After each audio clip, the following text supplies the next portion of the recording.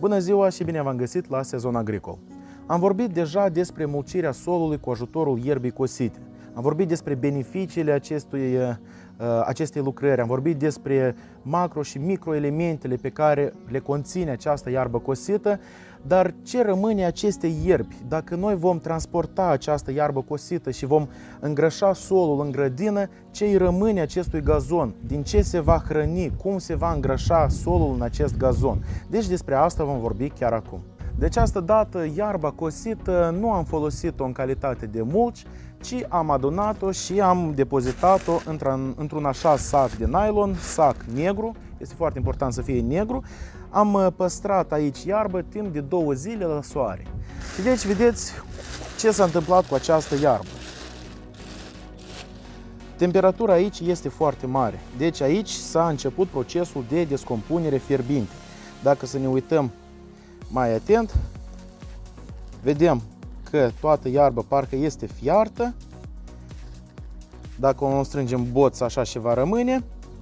Este, poftim, uitați-vă, așa este iarba, practic este fiartă. Temperatura aici este foarte ridicată, deci dacă vom pune aici mâna, eu cred că 60-70 de grade aici sunt. Este destul de fierbinte.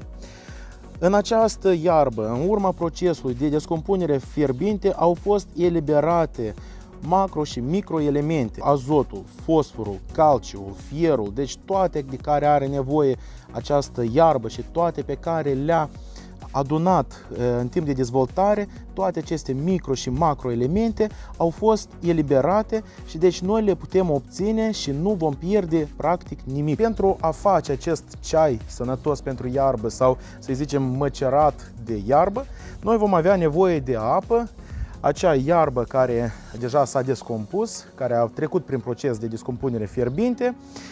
Vom folosi în proporție de 1/3 de iarbă procesată și 2/3 de apă, de dorit să fie un pic caldă. Deci noi am umplut 2/3, am turnat de apă în acest butoi și acum vom adăuga această iarbă. Așa. Vom adăuga 1/3 de iarbă.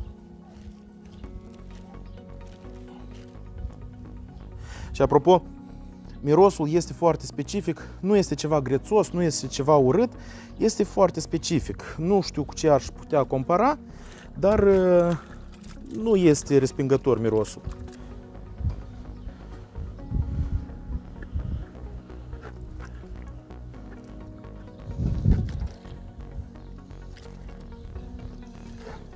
Apa din acest butoi se va îmbogăți cu acești micro și macro elemente din iarbă pe care am folosit-o aproximativ timp de 2 ore. Deci după 2 ore noi deja putem să aplicăm acest măcerat sau acest ceai de iarbă pentru gazon. Deja după 2 ore noi începem să luăm această soluție.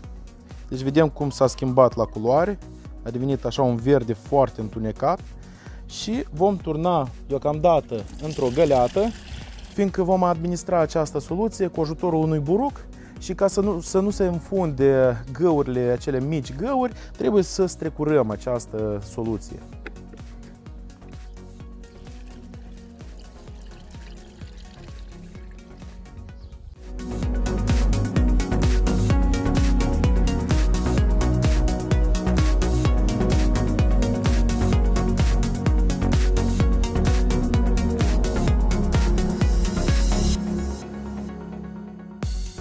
Și turnăm această soluție, nu trebuie diluată cu nimic, merge doar această soluție, nu o diluăm cu apă.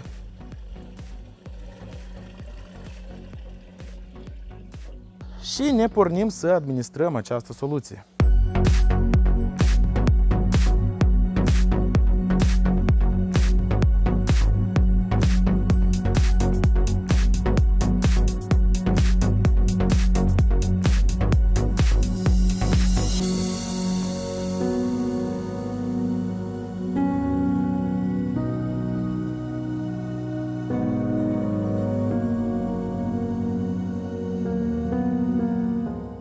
Deci, cum v-ați dat seama, este destul de ușor și simplu. Important este să țineți minte că se folosește 1/3 de iarbă fermentată și 2/3 de apă.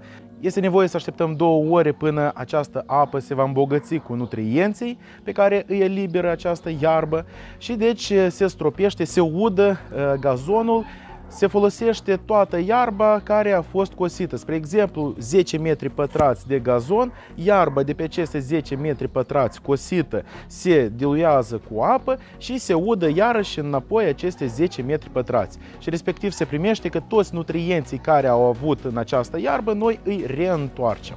Eu vă mulțumesc pentru atenție, nu uitați să puneți un like, să vă abonați acestui canal, să distribuiți ca mai multă lume să vadă aceste informații utile și vă spun succes și spor la treabă!